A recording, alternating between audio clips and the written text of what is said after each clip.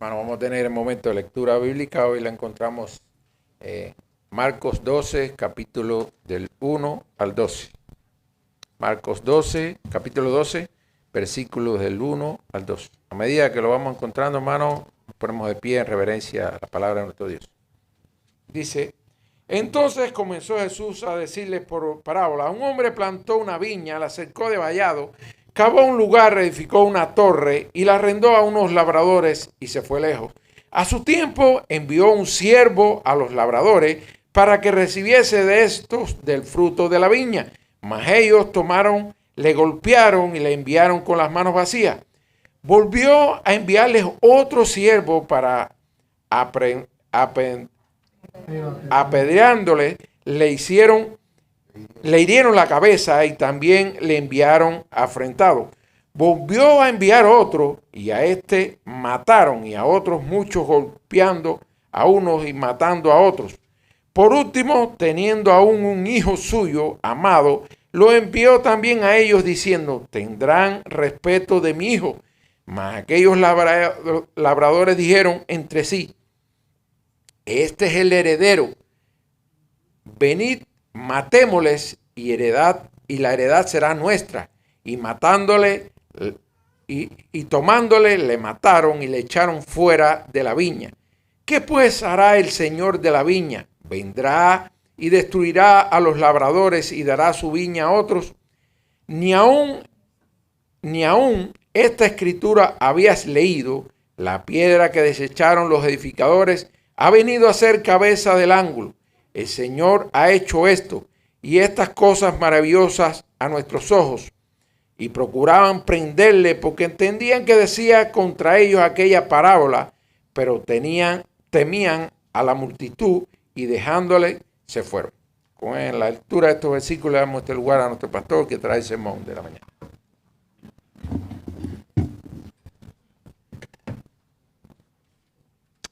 Bien, hermano, agradecido al Señor.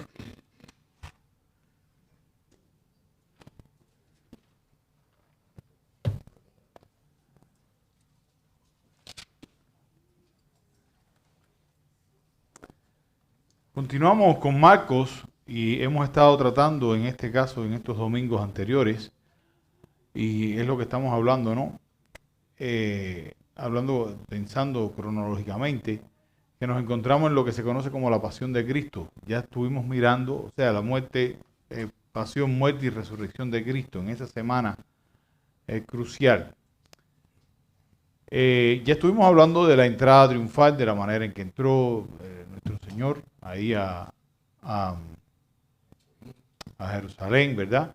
Estuvimos hablando en este caso de la limpieza que se llevó a cabo en el templo, o sea, la manera en que echó fuera, pero también que iba ligado a la higuera, ¿se acuerdan?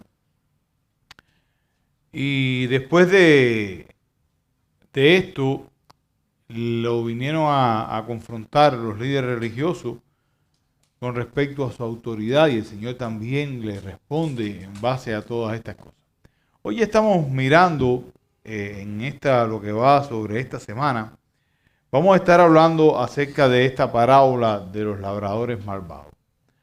Esta parábola es una enseñanza que creo que era crucial. De hecho, cuando leemos el último versículo, dice que ellos entendieron lo que estaba diciendo. Ellos sabían, generalmente las parábolas, Jesús tenía que después decirle a los discípulos: mira, esto es así, y les explicaba porque nadie entendía.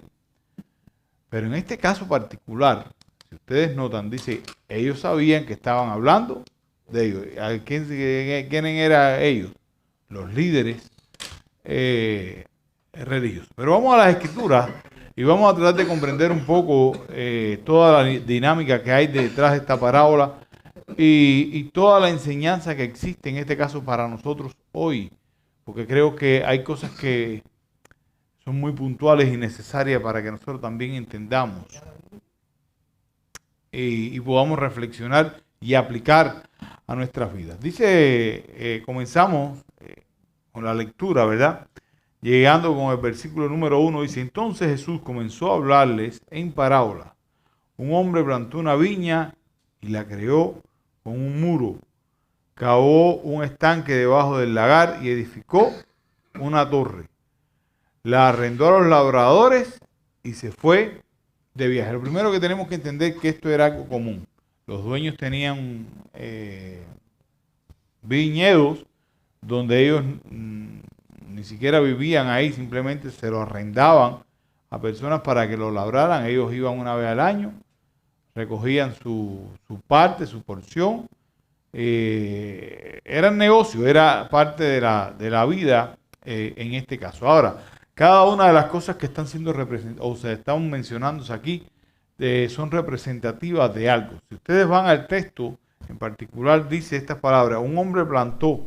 ¿A quién se está refiriendo con un hombre? Se está refiriendo a Dios, haciendo alusión en este caso a Dios. Dice que plantó una viña. ¿Quién es la viña? Israel. El pueblo de Israel es la viña, dice, y la cercó. Cuando está hablando de que la cercó, está hablando de la protección, en este caso, que Dios estaba dándole a su pueblo.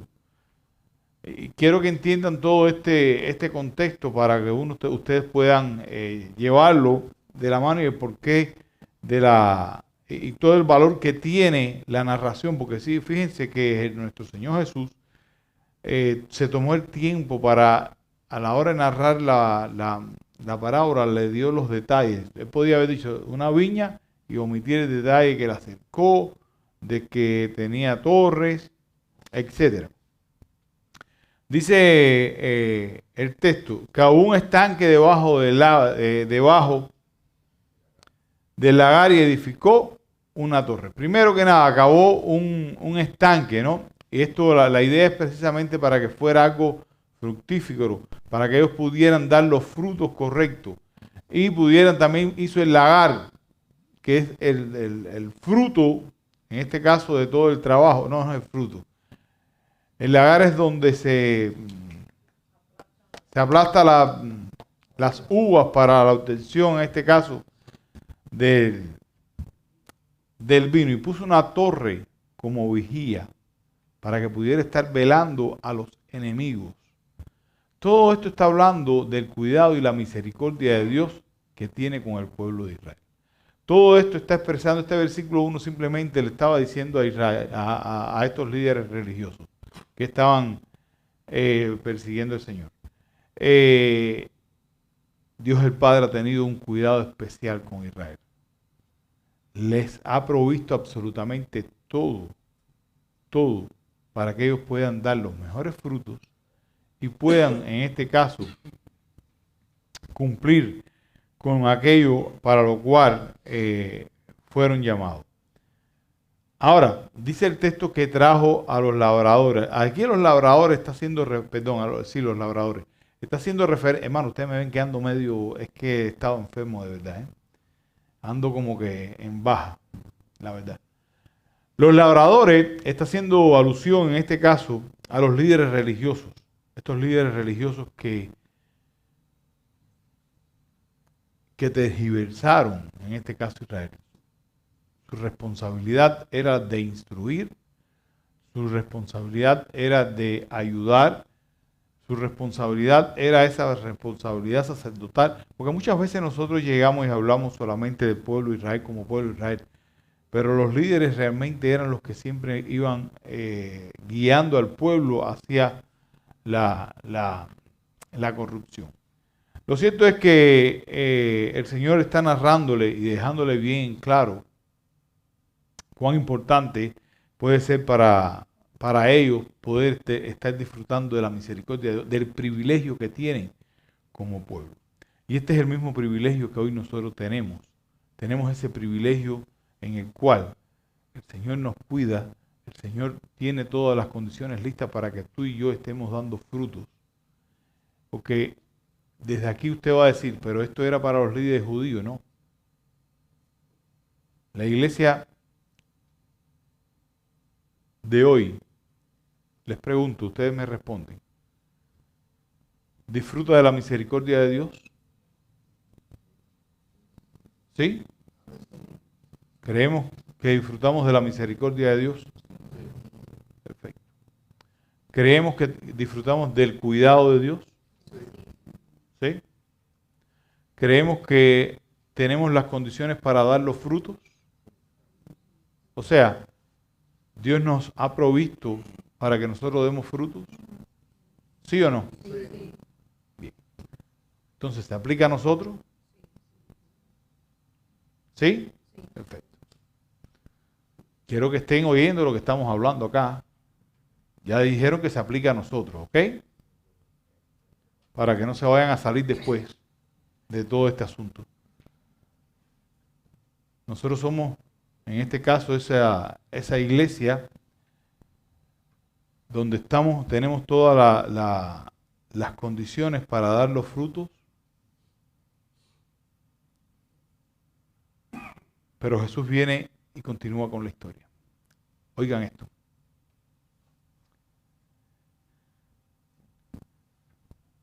Al tiempo de la venida envió a sus siervos, a los labradores, para recibir de los labradores su parte de los frutos de la viña.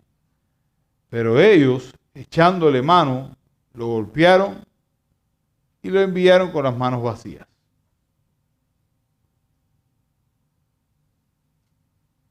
De nuevo les mandó otro siervo y a él lo hirieron en la cabeza y lo trataron vergonzosamente. Envió a otro y a este lo mataron. Y así con muchos otros, golpeando a unos y matando a otros. ¿A quién está haciendo referencia aquí en la parábola? ¿Es una referencia clara a quién? A los profetas.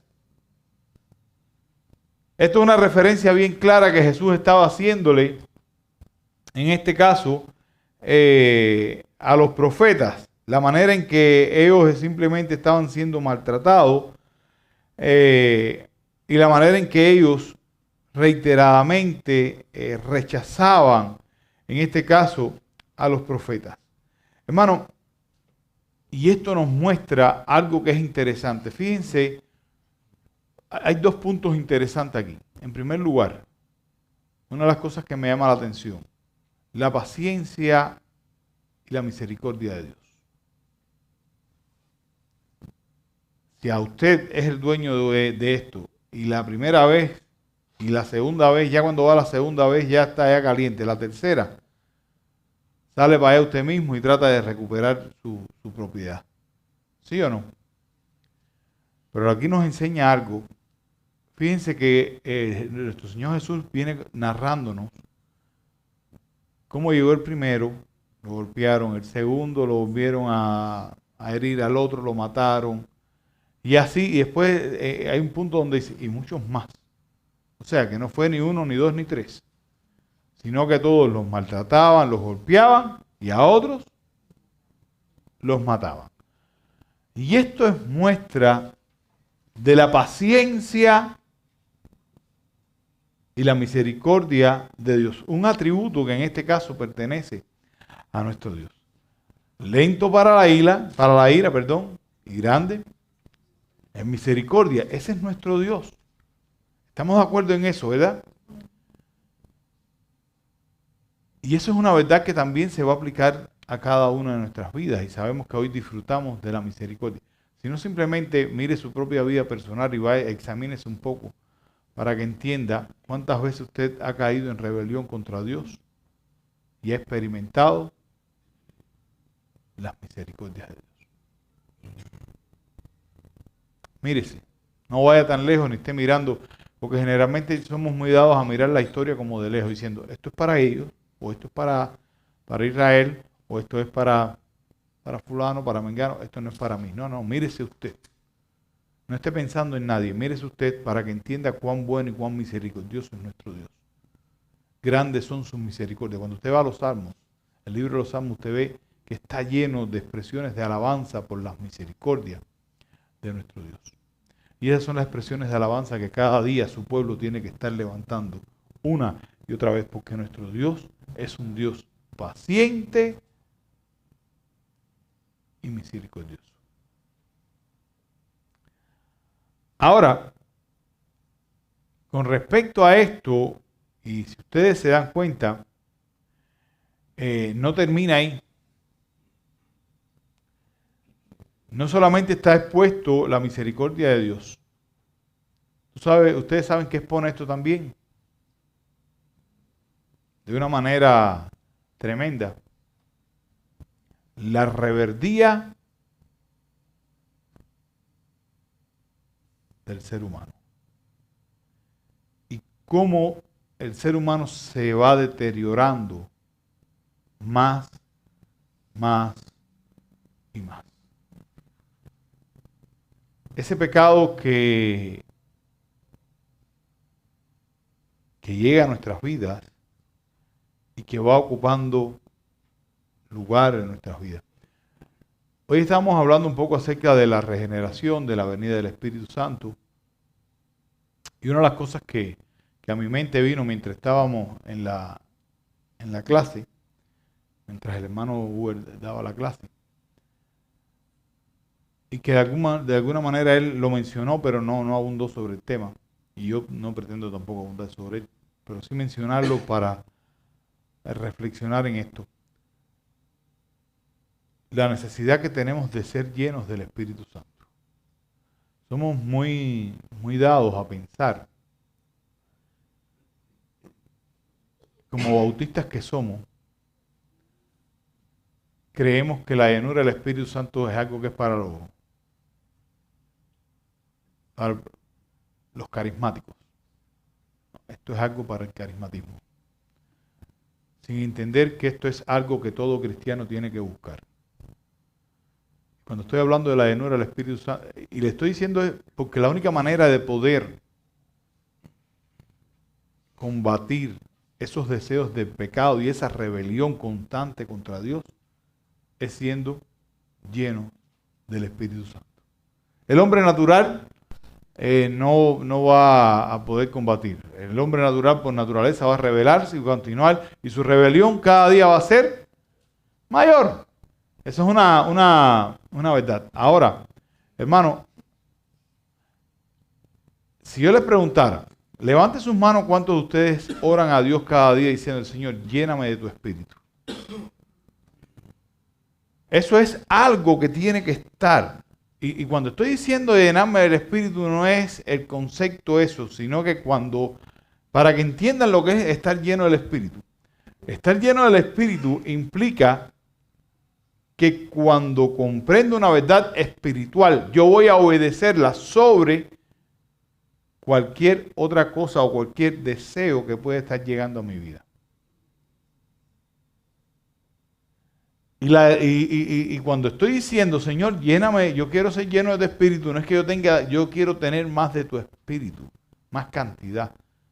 Yo quiero que tú, cuando estás diciendo, Señor, lléname de tu Espíritu, yo quiero que me controles más mi vida. Yo estoy cediendo mi ego, mi yo, al control de tu Espíritu. Y les digo esto porque esta es la manera en que nosotros, y la herramienta no. Por esta vía, nosotros podemos resistir las tentaciones de no ir y ser como esos labradores que iban en un aumento constante de su rebeldía.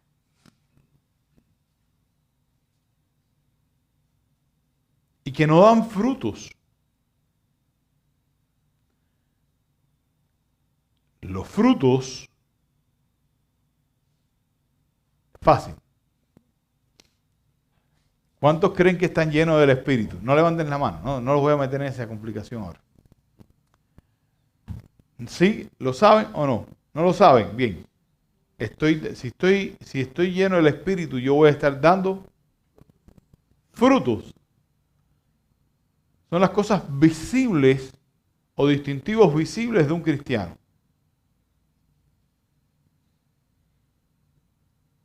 ¿Usted conoce los frutos del Espíritu? Dejemos a un lado esa reacción que tenemos contra el carismatismo y procuremos y oremos por ser lleno del Espíritu Santo, porque La llenura del Espíritu Santo es algo que el cristiano debe de procurar una y otra vez. Ahora, les aclaro porque me metí en un tema que es la manera de uno poder evitar estar en rebeldía, y es necesario, pero también tengo que dejar en claro que estar lleno del Espíritu Santo no significa hablar en lengua. Estar lleno del Espíritu Santo no significa absolutamente ninguno de estas manifestaciones, sino la persona que es llena del Espíritu Santo es aquella que está dando los frutos, pero esos frutos que son visibles y palpables.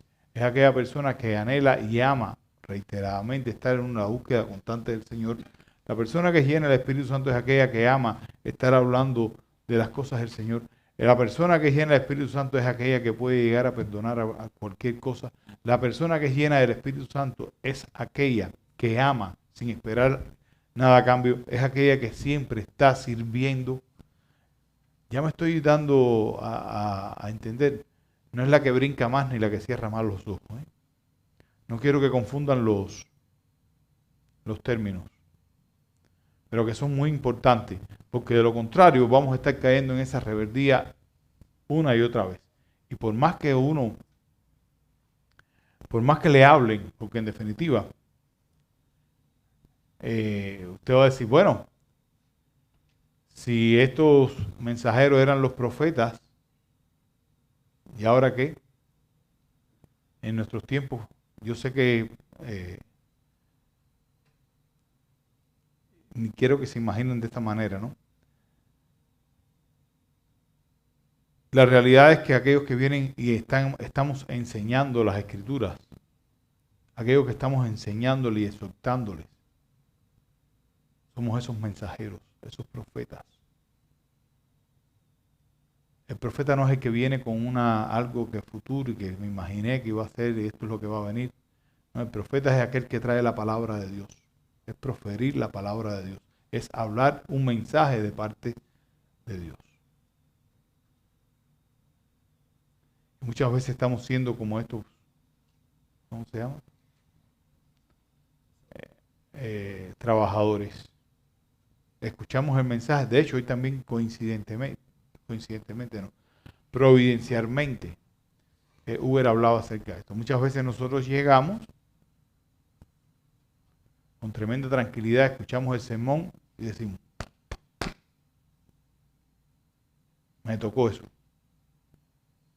Yo creo que necesito cambiar. Y sale bien motivado, pero cuando salió,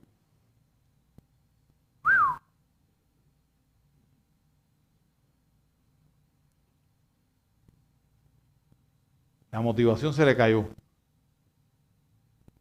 ¿Por qué? La razón es bien simple, porque no está lleno del Espíritu. La persona que ha sido llena del Espíritu Santo, eso es para que entiendan lo que es ser lleno, va a responder en obediencia al llamado y la voz de Dios.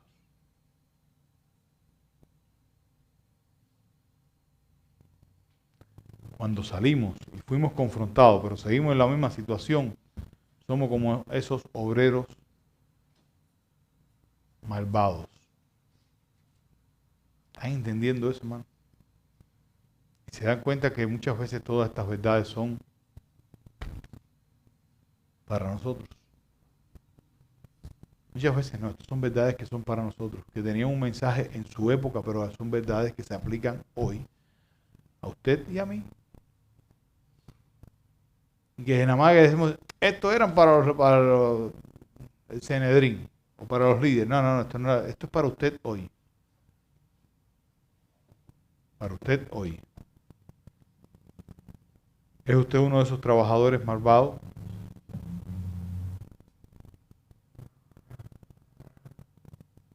Hermano, la iglesia de hoy debe cuidarse.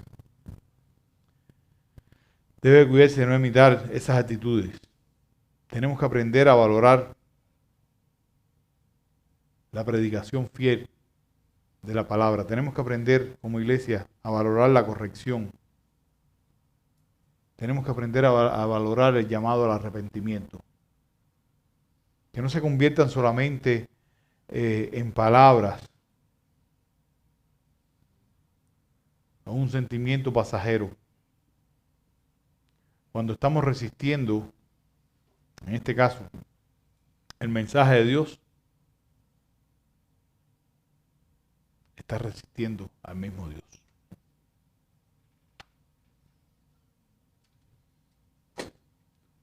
No caigamos en el orgullo espiritual que nos impide rendirnos ante las exhortaciones. Tenemos esa pésima costumbre una y otra vez. El orgullo espiritual. ¿Y este quién es para decir qué tengo que hacer con mi vida?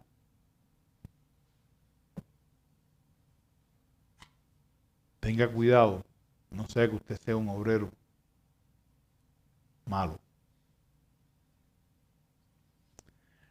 Porque hay una realidad. La paciencia de Dios tiene un límite.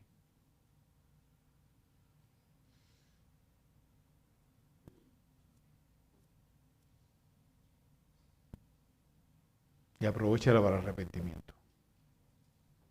Si usted va a la segunda carta de Pedro, no sé si Ruth puede ayudarme.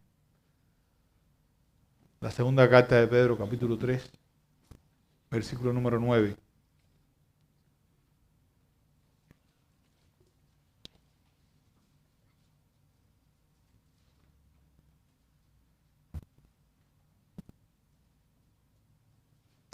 Dice este texto: el Señor no se tarda en cumplir su promesa, según algunos tienden la tardanza, sino que es paciente para con vosotros, no queriendo que nadie perezca, sino que todos procedan al arrepentimiento.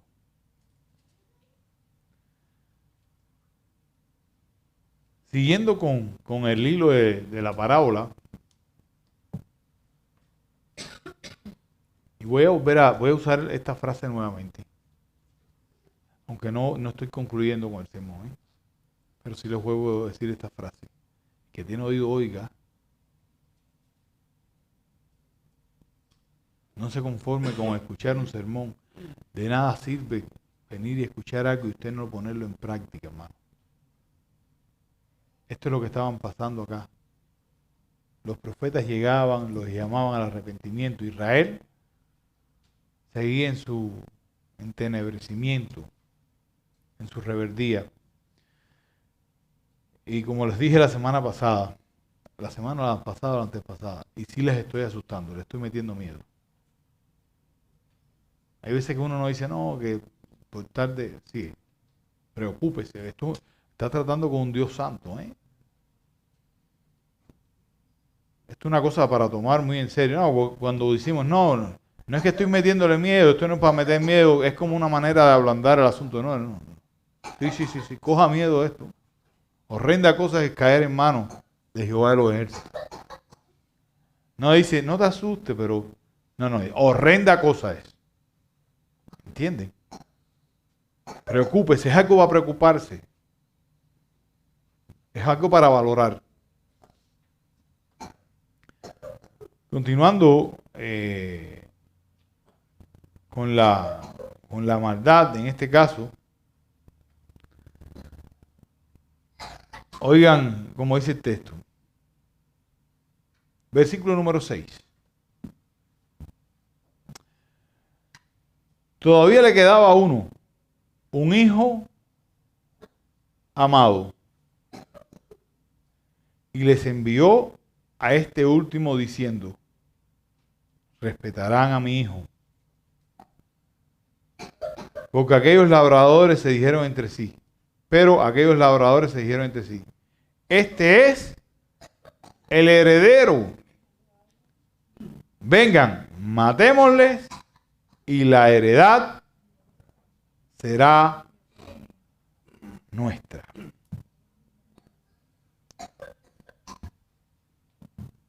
Echándole mano lo mataron y lo arrojaron fuera de la viña.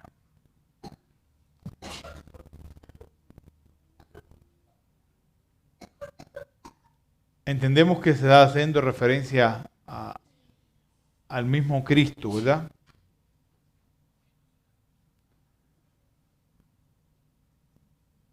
Envió a su Hijo con toda esa misma autoridad divina.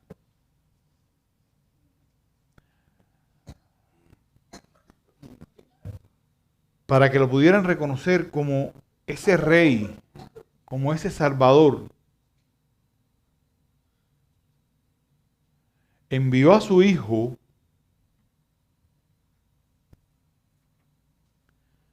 para poder resolver ese asunto tan grave. Porque aquí el tema es el juicio, que tiene el hombre, y es el pecado.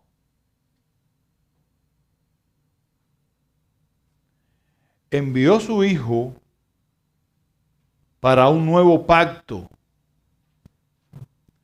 Ya este pacto de este pueblo, donde se había creado el viñedo, donde todas estas cosas, iba a ser traspasado a otro por medio de su Hijo.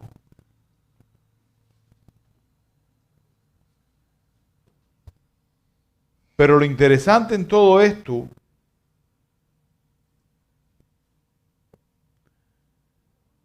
que el Padre Celestial envía a su Hijo, y esto es lo que la parábola está enseñando, y de manera premeditada lo asesinan, dejando en evidencia la maldad de estos labradores. No valorando para nada al Hijo.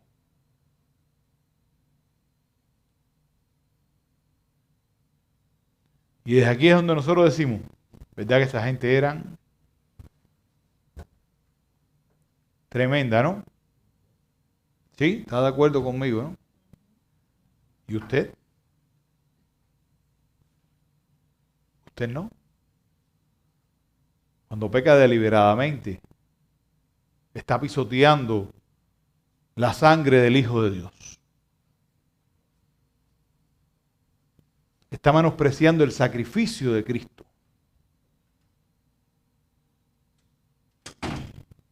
Ese pecado deliberado simplemente muestra toda mi maldad y cuán poco valor le doy yo al sacrificio del Hijo de Dios. Porque quizás usted estaba viéndose fuera aquí en esta historia, pero no, usted es parte de la historia.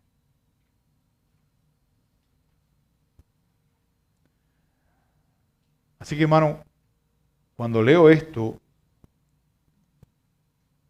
tengo que reflexionar qué valor. Vuelvo y repito, si les digo ahora, para ustedes Cristo, ¿quién es el primero? Es el primero en sus vidas. Todos van a decir, sí, Cristo es el primero en mi vida. Vamos a la práctica. La vida práctica la acaba de mostrar. Yo no soy quien para juzgar quién lo tiene como primer lugar de su vida o no. Usted es quien tiene que presentarse delante de Dios y dar cuenta a Dios. Nadie lo va a hacer por usted.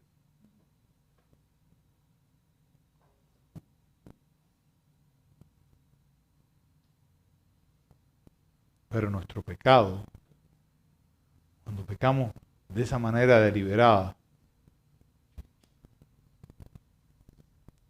yo sé que está mal, pero no pasa nada. Todo está bien, no pasa nada. Yo sé que está mal, pero no pasa nada. Es pisotear la sangre de Cristo.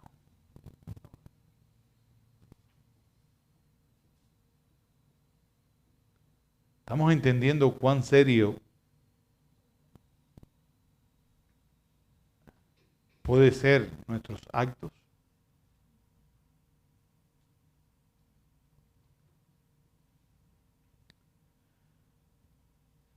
Sigue hablando el Señor. Dice estas palabras. ¿Qué hará entonces el dueño de la viña?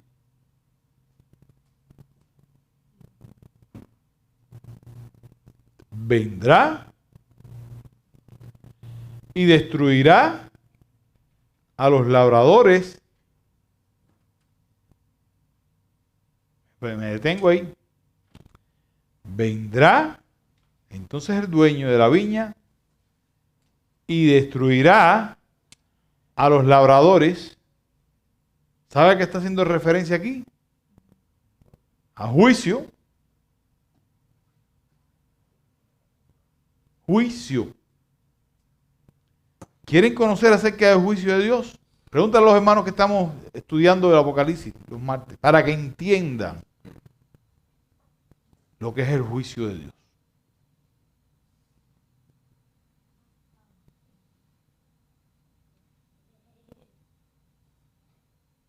Para que entiendan qué cosa es el juicio de Dios. La iglesia debe reaccionar y entender y valorar precisamente todas estas cosas. Y dice después el texto, y dará la viña a otros. ¿A qué está haciendo referencia acá? A la iglesia, a ese nuevo pacto.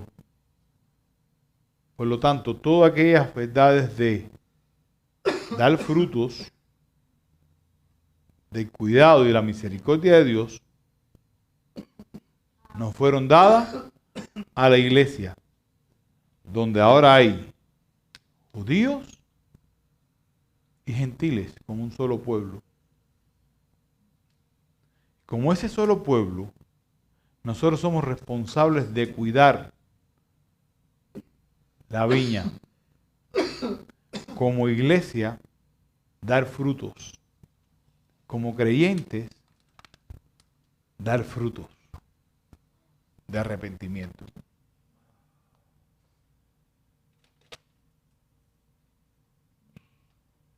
Y para concluir, el Señor les dice, ni aún estas escrituras han leído. La piedra que desecharon los constructores, esa en piedra angular se ha convertido. Esto fue hecho de parte del Señor y es maravilloso a nuestros ojos. Jesús simplemente, en este caso, ¿verdad?, está haciendo cita después de hablarle de esa retribución justa de los labradores y de la responsabilidad que nosotros tenemos. Jesús simplemente hace cita ahí del Salmo 118. Después de haber hablado de las consecuencias que van a sufrir, porque en definitiva la obra de Cristo, que es aquello que ellos estaban desechando,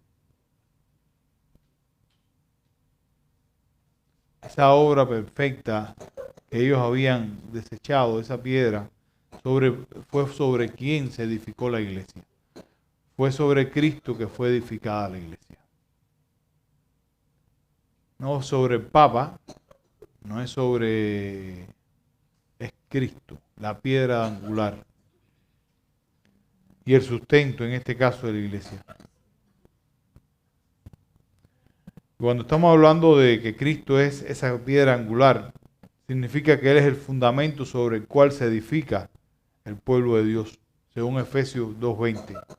Todas las promesas de Dios se construyen en Él y fuera de Él nada permanece.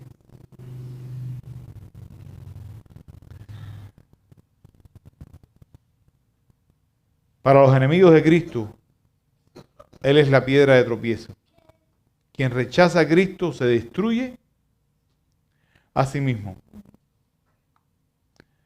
Por lo tanto, hermanos, nuestra responsabilidad es creer en la victoria de Cristo. Los creyentes pueden enfrentar con esperanza cualquier oposición del mundo, sabiendo que aunque nuestra fe sea menospreciada, Dios nos garantiza el triunfo. Y mientras nuestras vidas estén en este peregrinar tenemos que tener cuidado de no ser como estos líderes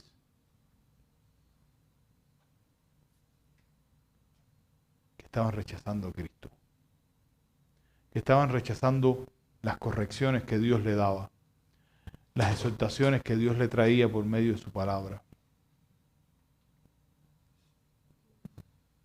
Cuidado de no usted hoy rechazando todas estas cosas y sea hallado como un labrador malo, creyendo que es de los buenos.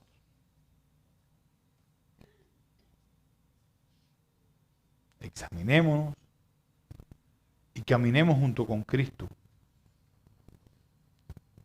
porque su victoria como piedra angular ya hoy es nuestra victoria.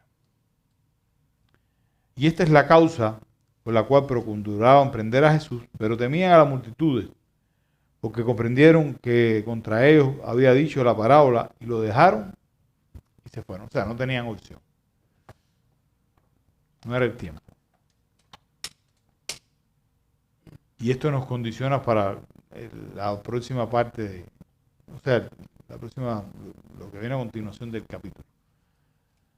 Hermano, ¿qué labrador es usted? Pregúntese. Ya sabe lo que hacen los labradores buenos y los malos. Esa es la tarea que les dejo hoy a ustedes. Que el Señor les bendiga, que el Señor les guarde. Y oremos al Señor para que seamos hallados como obreros fieles. Obreros fieles.